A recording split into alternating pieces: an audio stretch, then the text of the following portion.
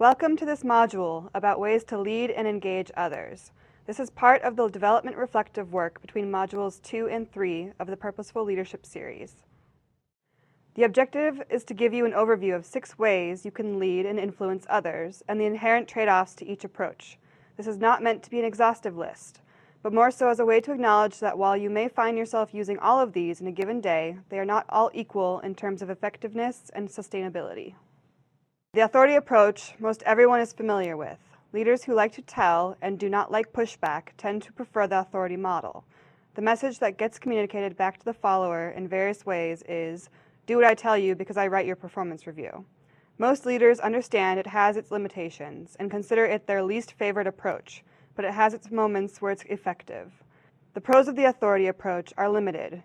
You do get speed and action going because you're not burning up time discussing things with others first, and ownership for the decision is clear, so those two things can be considered a plus, but that's about it. The cons are many. Most people over time resent leaders who lead this way and eventually will give no more than begrudging compliance. There is very little learning, especially when the leader fails to explain the why behind their request. For many leaders, they use this approach as a last resort. Some people like to lead through their intelligence and acknowledged expertise. Well, Sarah's been doing this for 20 years, so she must know the way to go. Having experts on the team is comforting at one level and helps us go fast because we assume they know the best approach. And when they are willing to share that expertise and help others learn, it makes their organization better. Cons are that sometimes we rely too much on experts and they may be wrong, but because we count on them so much, they sometimes exude more confidence in their thinking than the situation warrants. And because we defer to their expertise, they may avoid alternative viewpoints and can develop arrogance over time when questioned about their thinking. One of the trickiest ones is leading through sheer force of will or personality.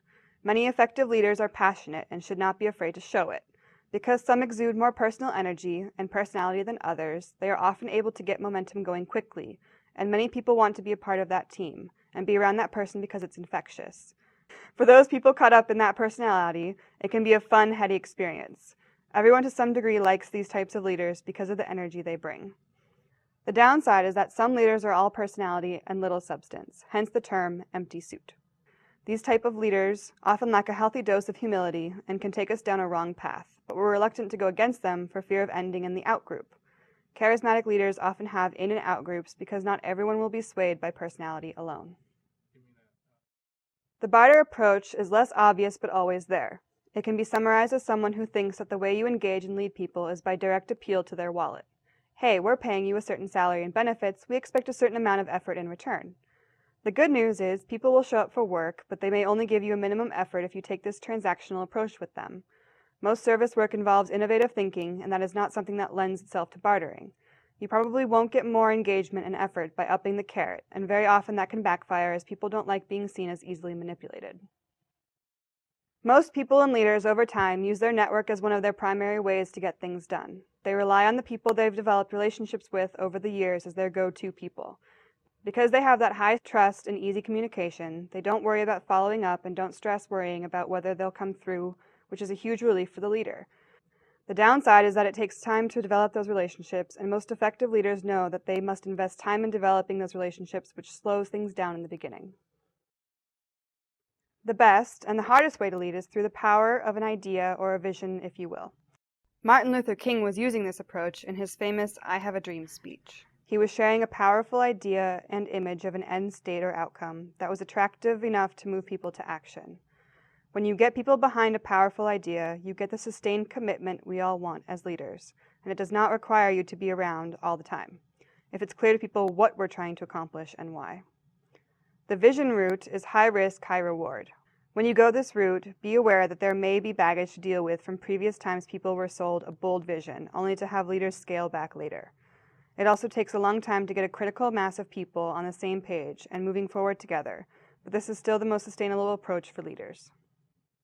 Now, something to remember about our first 3 approaches is that we can get seduced by the initial momentum and speed that comes with them, but if we don't simultaneously explain the longer-term goal or vision, we can fall into the trap of going fast, only to go slow later because we are too dependent on the expert, charismatic, or authoritative leader. Each of those patterns or approaches ultimately slows us down and puts us at risk because of our dependence on those types of leaders to be around and provide their expertise, charm, or authority. By contrast, our last two approaches follow the reverse pattern. They are slow in the beginning because it takes time to build trusting relationships and to clarify a vision or long-term goal in a way that everyone can comprehend. So in this case, we have to go slow in the beginning to go faster later. Many effective leaders understand this tension between approaches, so they will use the first three as necessary, but at the same time are working the relationship building and having those vision discussions because they know it's the more sustainable way. So again, use the first three sparingly. Remember that bartering has its limitations and work on the latter two for the long-term goal. This concludes our module on ways to lead and influence others.